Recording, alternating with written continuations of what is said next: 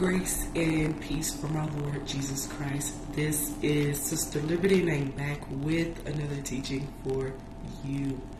We are discussing today about facing giants. So many of you may have heard the story, or you may know the story of David and Goliath. We've seen it in movies, we've read about it, we've learned about it in maybe Bible study or morning Bible study, or what do they call it? I think at church, Sunday school. Maybe we've gone through that story, we've read that story, we've watched the movie, and so we know that this story is about a young man who faces a giant that nobody else was willing to face, nobody else was willing to fight, nobody else was willing to stand and go against this huge being. And so we need to understand that in our own lives, we can face giants. The giant may not always look like a physical person. So we understand and we know that we do not wrestle against flesh and blood, meaning our battle that we face today isn't a physical one. That doesn't mean that things doesn't happen physically, but understanding and respecting the fact that whatever happens physically has already occurred spiritually. So the man of war, the man of God, is in a spiritual battle. He's in a spiritual war. And as a result of that, we do face adversity. We do face opposition. And one of the things that I thought about as I was reading through 1 Samuel is not only was David having to face the giant, but the whole nation of Israel was having to face this giant. And that led me to my next thought, which was,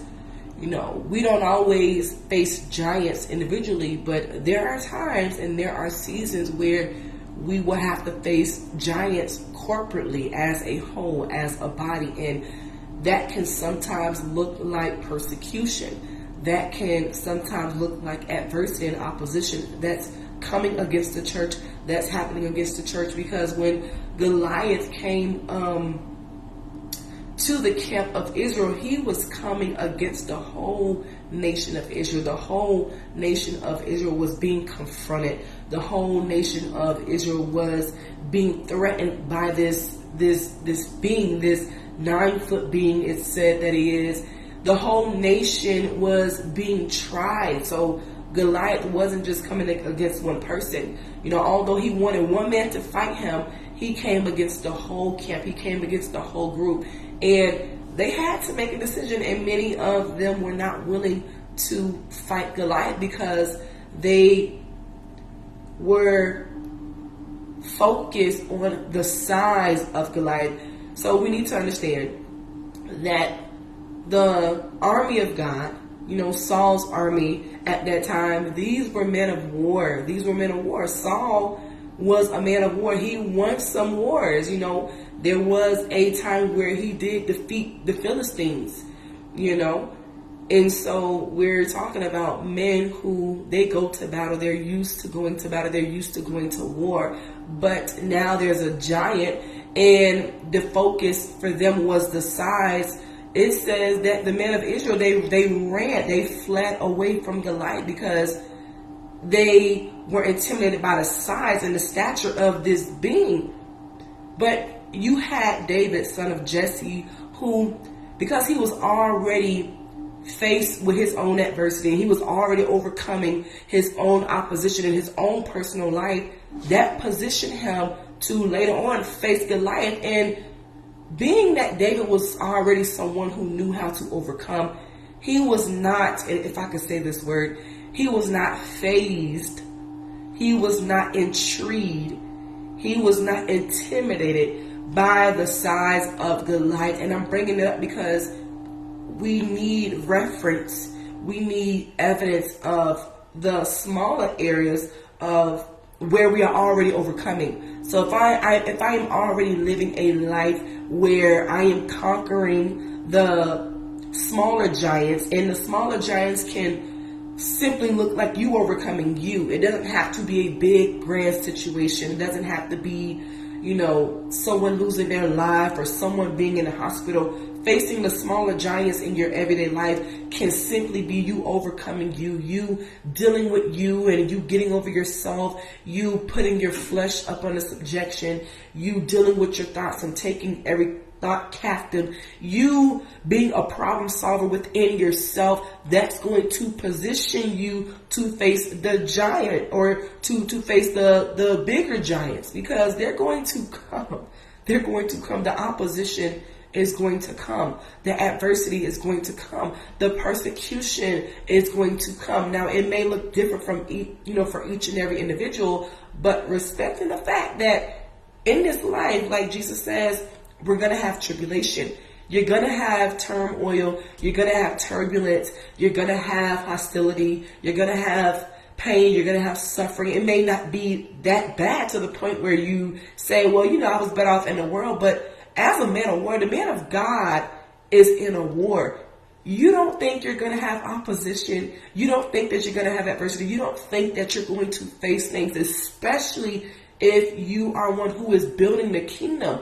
A man of God who's productive, a man of God that's active, a man of God that's producing fruit, a man of God that is getting a work done in here. You don't think that you're going to have opposition? The fact that you are destroying things in the kingdom of darkness, the fact that you are pushing back the powers of witchcraft and the demonic, you don't think that you're going to have problems? The man of God is going to have problems. We're going to face things because of who we are. As men of God, as sons of God, as women of God, we're going to face things simply because we are doing a great work.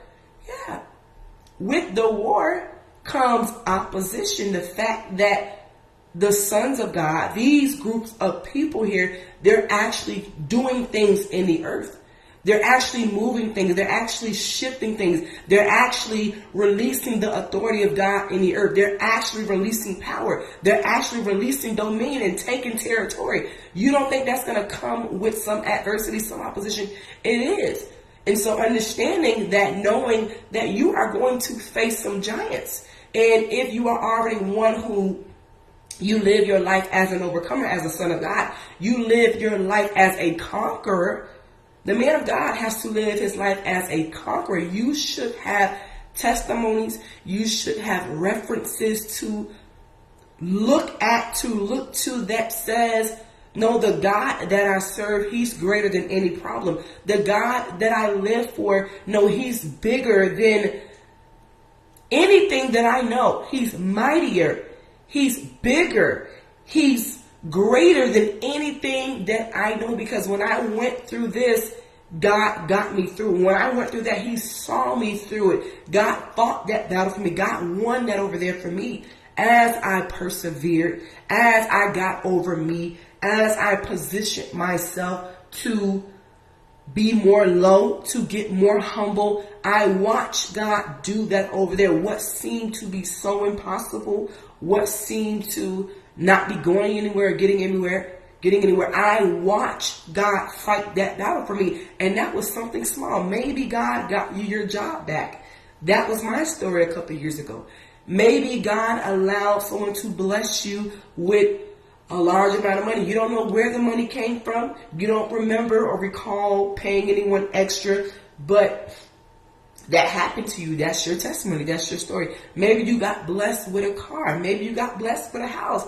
People have those testimonies to where they didn't have anywhere to live, or maybe they were living with someone and someone else had a home and they couldn't take care of the home, so they moved that person in and put their name on the lease instead. Those are people's testimony. Those are people's stories. So the man of God should be able to look over his life and see the hand of God there. How else are you going to know that this is real? How else are you going to know that you are ordained to conquer? How else are you going to know that there's power on the inside of you if you are not facing the giants in your life? If you are one of those who like to run because you don't like, most people they don't like the confrontation. And I understand that, because at some point I didn't like it. I'm one of those, I would rather avoid the conflict. I would rather avoid the drama and the chaos. Like, I would rather avoid it, because that's going to take a lot of me. First of all, it's going to take me confronting it and facing it. And I don't want to have to do that because I may show signs of fear. I may show signs of, weakness. And so I may not want to, show up and confront that matter or that situation. But the man of God, the man of war, has to be bold enough to face the giants even in his own life. If I am not conquering in my own life, if I'm not overcoming the smaller areas, if I don't have any reference, if I don't have a record that says, no, I know that God is with me, because when I went through this, I thought that I wasn't going to be able to get through it. God got me through, or God opened the door, or God made a way, or God gave me strength. Sometimes when we go through those smaller adverse circumstances and we're facing the smaller giants, sometimes really all we need is just strength, because in our natural mind, we don't believe that we are capable of conquering and overcoming the things in this life, because the things in this life presents itself to be bigger and to be greater. And those are the giants that you and I have to face every single day. The smaller giants and the bigger giants. But if I'm already positioning myself to tackle the smaller giants in my everyday life, that means getting over me, dealing with me, overcoming me, then I'm already in position to face those bigger giants, because they're going to come. As the man of God is promoted, as the man of God goes higher, to some degree, it is true that new level, new devil, meaning that adversity is going to get more aggressive. It's going to get more violent. It's going to get more stronger. And as it does, the Lord is going to equip you with more. He's going to give you more. David was confident and fully aware that God was already with him. Why couldn't the rest of the army of Israel be convinced of that and persuaded of that of their own selves? Well, it's because David had already had record when he had to beat the lion, when he had to beat the bear, that God was with him even then. He said to Saul, no, the same God that delivered me. See, you all don't know that I have testimonies. You all don't know that I've already been through some situations where I have to face smaller giants. That lion and that bear was a smaller giant for David. He says, when the lion took my sheep, when the bear took my sheep, he says, I grabbed the beard of that lion and I took the sheep out of the lion's mouth. And he said, the same one, because I remember when I was alone by myself, watching my father's sheep and nobody was around, God was there. And God delivered that lion into my hands. God fought for me. And so if God can do that for me in that situation, then he was saying this giant is nothing for me. David was not fazed and intimidated by the size. The man of God cannot be fazed and intimidated by the size of the giants that we face, because trust and believe, the enemy will capitalize on your weakness. He will magnify the matter, and he will present the matter to be so grand and so large that there is no way possible you're going to get through this. There's no way possible you're going to be able to fight through this. He will weaken you through fear. That's why we really have to be fully persuaded and fully convinced that the battle is the Lord. And if the battle is the Lord, then that must mean that God is with me and that the battle has already been won. God has already won the war. It just takes my participation. I just have to play my role. And so David, although this giant, I think the word I said, he spoke for like 40 days. 40 days he would come out and he would defile the army of the living God. I think it said 40 days. Let's see. 1 Samuel.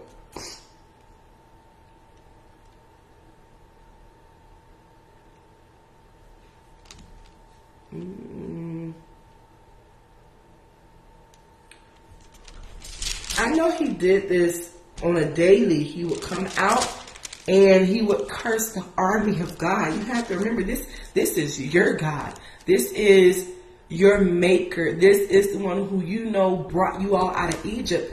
And this Philistine, I like how David says, this uncircumcised Philistine, this unclean being has the audacity to come out and to curse our God. David was not having that. And so the man of God has to be, I'm still looking for it. I think it was 40 days, if I'm not mistaken. I think it was 40 days that he came out and began to curse the God of Israel. Yes. And he challenged them. He challenged them. He wanted someone to come down and fight him because he knew that his size was a threat. And, not only that, respecting the fact that Goliath was a champion. Let's not, underestimate the fact that he was a champion.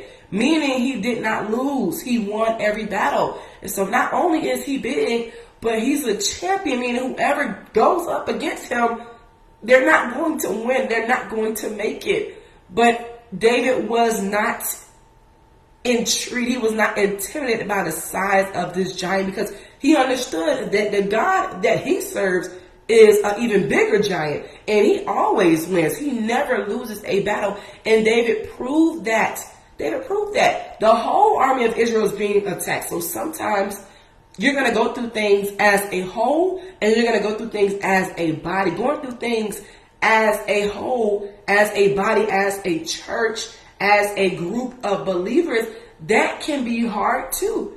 And those are those moments where we really have to be even more unified. We have to be even more close. We have to be even more connected because the opponents, the enemy, they like they say in the world, the dogs can smell fear. The enemy, they can smell fear.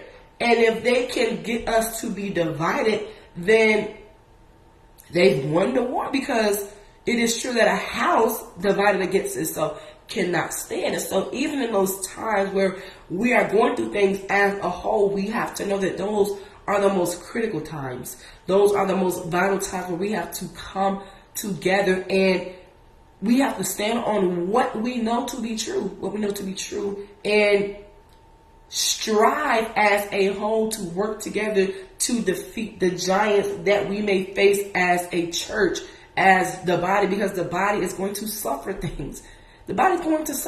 And sometimes that is necessary. Sometimes it's necessary for the Lord to come in and shake some things. Sometimes it's necessary for the Lord to allow us to face giants all together, so that those that are afraid, those that are scared, those that are unwilling to fight through and to put forth effort, they can make their decision and walk away. But for the rest of us, we have to be fully persuaded of who our God is. Yeah, he's bigger and greater. He's mightier. He's stronger. There's nothing too hard for God. I can say that, but do I believe that? Because the troubles in this life, they're going to come. The tribulation, they're going to come. You're going to face things. And if you are not convinced that the God that you serve is bigger than what you are facing, this is why self-condemnation is so bad, because you communicate based on your decisions that you make. You communicate to God that even God isn't strong enough to handle your matters. Even God isn't big enough to deal with what you're dealing with, what you're faced with. You feel as though, no, what I'm dealing with is just so bad that I can't even give it to God. No, I'm so messed up. I'm so broken that God can't even fix my sin. And understand that God is not afraid of sin. God is not intimidated by your sin in your lifestyle. Nothing is too hard for God. Nothing is too small for God. Nothing is too big for God. God can do anything. We need to be fully persuaded of that. God can tackle the smaller matters, and God can tackle the bigger matters. God can tackle the smaller giants, and God can tackle the bigger giants. We need to be fully persuaded of that. If I am fully persuaded of that, then I am going to understand that when I do face things, even when I fail, the Word of God says that a just man, he falls 7 times, but he gets back up. He gets up. He doesn't stay down. He doesn't fall into self-condemnation. He doesn't make excuses as to why he can't get up, because the Word of God says that when our hearts condemn us, God is greater than our hearts. I know what you're feeling right now. I know you feel cast down. I know you feel unclean. I know you feel ashamed. I know you feel defiled and dirty and like a failure. But I am great enough to even handle the matters of your heart. Yeah, I'm greater than what you feel in your heart. I can take those emotions away like that. I know you are facing a giant right now in your life. You can't let that circumstance tell you, well, I guess there is no God. Well, God didn't do it. God didn't answer me. God didn't come through. God didn't answer that prayer. God didn't open that door. God didn't make that person, respond to you or give you something or do that for you. Sometimes we can make the giants in our lives bigger than what they really are because of fear. When you open the door to fear, your circumstances will be magnified. They will be enlarged. They will grow 3 times its size. Yeah, sometimes we make what they say, the molehill a mountain. You make the molehill a mountain because you are blinded by fear. Fear and pride will magnify the circumstance, and it will cause you to be paralyzed. It will cause you to be back into a closet. Instead of you facing the giants, you allow the giants to overcome you because you fear the situation and the circumstances more than you fear God. You forget that, wait a minute, the God that you serve, he can change this around in a moment. I've seen it. I've seen it. It is true that God may not show up when you want him to, but he is always on time. He is always on time. I cannot express that enough. God is always on time. When it seems like God is not there, when it seems like God is not present, it's true that silence with God isn't always absent. Meaning, it may have seemed like David was out there on the battlefield alone. Well, where's God? This kid, this young boy, he's going out here with a shepherd bag, a sling, and I think 5 smooth stones. What is he doing? What is he thinking? Is he crazy? Is he crazy? His brother, Eliab, thought that David was being bad. He thought David was being bad. He said, I know how you are. You are coming out here to watch the fight. You're coming to be mischievous. You're up to no good. And David was wanting to know after the man, excuse me, after the man of Israel began to tell David, yeah, man, whoever beats this guy, King Saul will give him his daughter. He'll give him this. He'll give him that. And David is like, what? What is the person going to get who beats him? Because this giant has to go. His brother said, why have you come? I know how you are. And David is saying, is there not a cause? Is there not a cause to shut him up? Is there not a cause to take his head? David, his passion for the Lord, he had a zeal for the Lord. He had an anger for the Lord. Yeah. He says, is there not a cause? Oh no, I have to do this. There was a fire on the inside of David that just would not let him be at ease at the fact that this uncircumcised Philistine was speaking against his God. You cannot let the circumstances and the situations of this life speak against your God. Sometimes you let the situation speak too long and too much. Why are you not dealing with that? Why are you not confronting that? Why are you not taking that giant out? Is it because you are afraid? Is it because you doubt? Is it because you really don't believe that God is the one fighting for you? If God is the one fighting your battles, if God is the one that's in control, then all you have to do is play a role. That was all David needed to do, was just play his role. The battle was already won.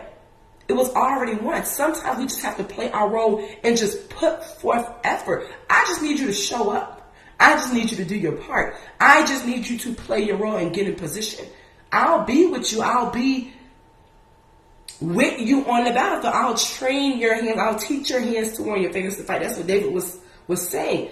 Blessed be the Lord who teaches my hands to warn, my fingers to fight. Like David understood, no, he's with me. God is with me. I've already faced smaller giants. And so if he can deliver me, you have to understand these situations were real. David wasn't given something from his imagination of him, beating a lion and a bear. That's a whole lion. That's a whole bear. If any of us saw a lion in the streets, we'd run the other way. But there was something in David. He was built for war. The man of God is built for war. You are born for adversity. You are born for adversity. And so he had his sling and he had his stones. And he went out against Goliath. Matter of fact, he ran at Goliath. That passion on the inside for the Lord, his love for the Lord would not just let things go by. That's why we have to live a life where we have a heart for the Lord. When you have a heart for the Lord, then you will defend the Lord. You will fight for the Lord like David did. You won't just let things just go over your head and things just slip. You gotta shut the mouth of the lion. You gotta mute the enemy. You gotta take the enemy's head. But that takes effort. That takes a willing individual. That takes someone who understands the need to face this giant. Because I can be intimidated by the size. I can be intimidated at the circumstance and the circumstance presenting itself to be bigger than my God. And I can fold, as they say, and where I can fold. Yeah, I can buckle under pressure and back out. Yeah, I can throw in the towel. I can give into the circumstance because, I can see my circumstance. The man of Israel, the giant was right there. The giant was real. This wasn't something in their imagination. It was a real giant. And so sometimes we can buckle under pressure and we can give in. What is it that these people want? I guess I'll compromise. I guess I'll lie to get out of this. I guess I'll do this because I'm afraid. I don't know what the outcome is going to be. But when God is your source, when God is your present help, he says, I'll be your present help in the time of trouble. Do you believe that? Are you in trouble? God, I'm in trouble. I got myself into some stuff, or I made a mistake, or I overlooked something. I forgot to put my name here. I forgot to tell him this. Now I'm in trouble. I guess I'll take matters into my own hand. The man of war cannot take matters into his own hand. The man of war has to trust in God. The man of God has to run to God and to know that, no, God is with me. Even when I make mistakes, God is with me. So the man of war, the man of God, he is confident that no matter what he faces, he already knows the giant of the God he serves. He already knows, no, my God is bigger. My God is stronger. It doesn't matter what happens randomly. Sometimes things in life just happens randomly. Your car breaks down on you. Your job is slow, so they want to lay people off. You just got a phone call that family member was diagnosed with a sickness. You got a phone call that another pandemic has broken out. You got a phone call that somebody else got shot. Another black person got shot, another school shooting. Sometimes things happen sporadically, spontaneously, that you and I, we don't have control over most of the time. And in those moments, we have to decide, who am I going to be? Who am I going to trust? Am I going to serve this matter in this situation, or am I going to trust and serve the Lord? Because last time I checked, he is still on the throne. He's the one on the throne, and he's the one in control over everything. So I don't have to be intimidated by the size of the giant. I don't have to be afraid of the lion's mouth. Daniel was in the lion's den with lions. I don't even want to see a lion. I don't want to see it behind the cage, outside of the cage.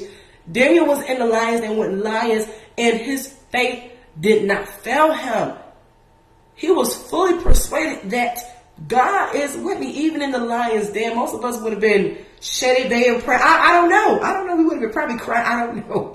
But Daniel had peace in the midst of the lion's den. David out there on the battlefield, the word of God says he ran at Goliath. Now, wait a minute. This little dude is bold. Yes, there's a fire on the inside of him for his God.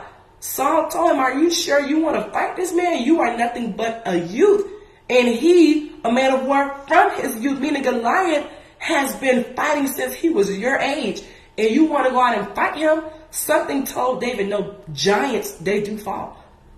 Giants, they fall because I know the God that I serve. So the word of God says he ran at Goliath, and with one shot, he smoked Goliath right in the middle of the forehead. And he told Goliath, because, David had some words too. He says, no, this day I'm going to feed your body to the fowls and the beasts of the wild. I'm going to take your head.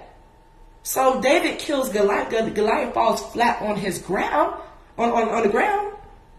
And it says David didn't have a sword. Well, how am I going to take this man's head? David takes Goliath's sword and cuts his head off.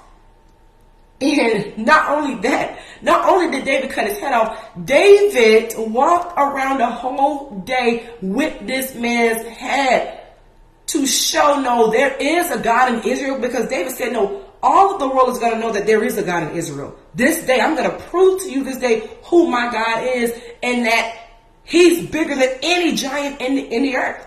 So he walked around with this man's head as a sign of victory, as a sign of conquer, letting the world know, no, this is the God that I serve. He does this. He does this. Yeah, so he walked around with the man's head all day. I don't know how that looks to you, but he did that to prove, yeah, there's only one God in Israel. There's only one God. The God of Abraham, Isaac, and Jacob. And he does things like this. He wanted everyone to know, no, my God does things like this. So we can't underestimate the power of God. Fear will keep you from getting what you need from God. Pride will keep you from getting what you need from God. You have to be fully persuaded of the God that you serve. You have to know, who do you serve? And what has God done for you? That's, again, I can't express it enough. This is why it's important that we have a record of what God has done. If I don't have any record of what God has done in my life, then how can I be persuaded that God is going to get me out of this?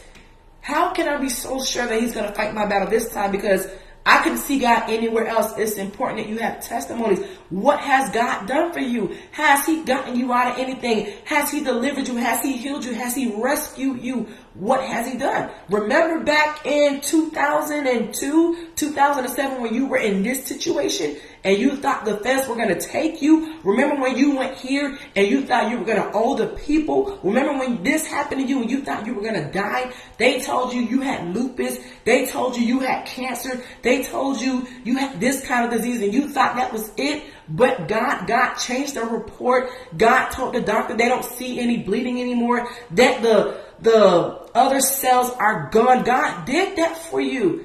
Yeah, God released your son out of prison. Your son was supposed to get life, but he got out on good behavior. Yeah, your daughter stopped living the way that she was living, and she finally came to Christ because you were praying as that praying mother. What has God done for you? Yeah, he blessed your bank account. You just received a check in the mail. You don't know why or where. You didn't double pay anyone, but you got a check in the mail. That one time God blessed you to find your keys. You lost your keys. That one time God gave you your job back. That one time you prayed, you spoke to the headache and it left. That one time you didn't have anything to eat and you just decided to hear a knock at the door. You open the door and there's bags of groceries there. These are people's testimonies. Somebody had a testimony where they went to their car one day and there was bags of groceries there. They don't know how it got there. They didn't have anything to eat or to feed their family until they got paid. And they went to their car and there was bags of groceries there. These are people's testimonies. I'm not making this up. People have testimonies of finding money inside of a baby bottle. God just doing spontaneous things. Why? To show us that he's big. To show us that there's nothing too hard for him. He can do anything. He can do all things. I need to believe that. I can't just believe that when things are good. When I'm facing these giants in my life, I still need to believe that there's nothing too hard for God. I still need to believe that God can do anything. I still need to believe that no matter what I am facing, this circumstance is not bigger than my God unless I make it. I can make this grand. I can magnify the circumstance because of fear, because of pride, because of laziness. But as a man of war, I am required to conquer. You are required to win. You are required to conquer. You are required to fight your battles and to win them. You're already on the Lord's side. You're already on the winning side. David says, the battle is the Lord's. The Lord has already won this battle. It's already a done deal. I just have to play my role. I have to play my role. So we're going to face things in this life. We're going to face giants. And we need to know that there's no giant that we face that we cannot conquer, that we cannot beat. We have to know who we are. That's why it's important as the man of God, the woman of God, that you know who you are. You understand you have weapons. You have power in your mouth. David used his power in his mouth to speak against Goliath. He told Goliath what he was going to do. He told Saul what he had experienced. No, My God, he saved me from the mouth of the lion. He saved me from the bear. I already know how God operates. He built this relationship to be able to trust God enough to go out here on this battlefield and fight this giant when nobody else would. That would have made me, afraid already. Like, so nobody want to fight him. So what makes me think that I can beat him? It was David's confidence in the Lord that convinced this. I mean, this is a real story. This isn't no Walt Disney story, no William Shakespeare. This is a real story. I know we like to believe because we watch the DreamWorks movies of David and Goliath, but this is real. This is real. He faced a giant and he beat the giant that day. And so if David can do it, knowing that God was with him, then we can too. We can do all things through Christ who strengthens us. No circumstance, no thing, no event in our lives is bigger than God. I got to know that. God is only as big as I make him. If I feel as though this situation is just too hard, I don't know how I'm going to get out of it. The courts are calling me. This one just put me on child support. My daughter, my son doesn't want anything to do with me because I love God. I have a decision to make. What am I going to be? Who am I going to be? What am I going to believe? Do I believe that the God I serve is big because he did get me out of this? He did give me peace in the midst of this. Yeah, in the midst of that storm, he gave me peace. He gave me joy. He gave me strength. Sometimes you overcoming a giant is, again, God just giving you strength to be able to face it. God, I don't know how I'm going to get through this. God, I don't know how I'm going to make it till tomorrow. I don't know. Again, God is always on time. Silence, just because God is not saying anything right now, doesn't mean that he's not listening. It doesn't mean that he's not present. It doesn't mean that he's not here. God is there. And he's going to show up at the appointed time. And when he does, you're going to know that, man, my God was with me the whole time. Yes, God shows up. And when he does, he shows out. I've seen God do the miraculous. I've seen God do the unknown. And I'm still seeing God do things. Like, the Son of God has to live a lifestyle of the miraculous. You should be seeing God do wonders in your life. If you're not seeing God do miracles, whether in your life or other people's lives, then that's a problem. You should have testimonies of what God has done for you. Even today, what has God done for you? The fact that he woke you up is a testimony in itself. The fact that you made it into the house of God is a testimony in itself. Because God has to give the individual their mind and the desire to want him. Why am I here? How did I get to the house of God? God brought me in one more time. It was by his grace and his spirit. Because I know it's not by my might and my strength, but by his. So that's our God. This is our God. We need to know the God that we serve, and we need to be fully persuaded. I can't just be fully persuaded when things are good, but when I'm facing those smaller giants, I have to already know, this is something that I can conquer. I already know because I've already defeated other giants, other smaller giants. This is nothing. It doesn't matter how big it gets, how loud it sounds. Sometimes the enemy will be loud. He will be loud, yeah, because he already sees those weapons on you. So he has to be louder. He has to be more aggressive. He has to be more violent. He has to be more intimidating. Let me just intimidate her. Let me back her into the corner, because if she sees that sword on the side of her, if he sees that bow and arrow, if she sees that battle axe, it's a done deal. It's over, yeah. So he has to present things to back you into a corner, to get you to be afraid, to get you to buckle under pressure, to get you to fold under pressure.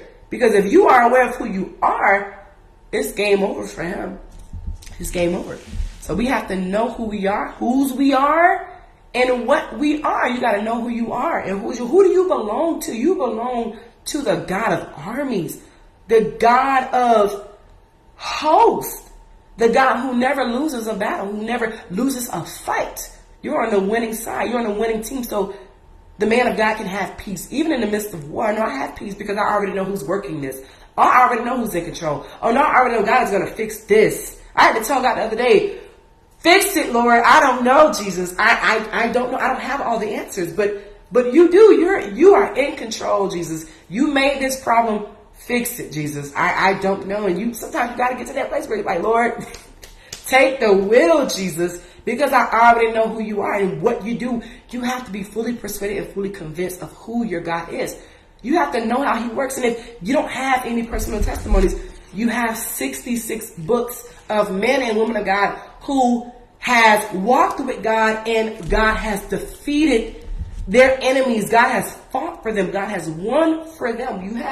You have references. You have record of how your God moves and how your God works. So be blessed by this message in Jesus' name.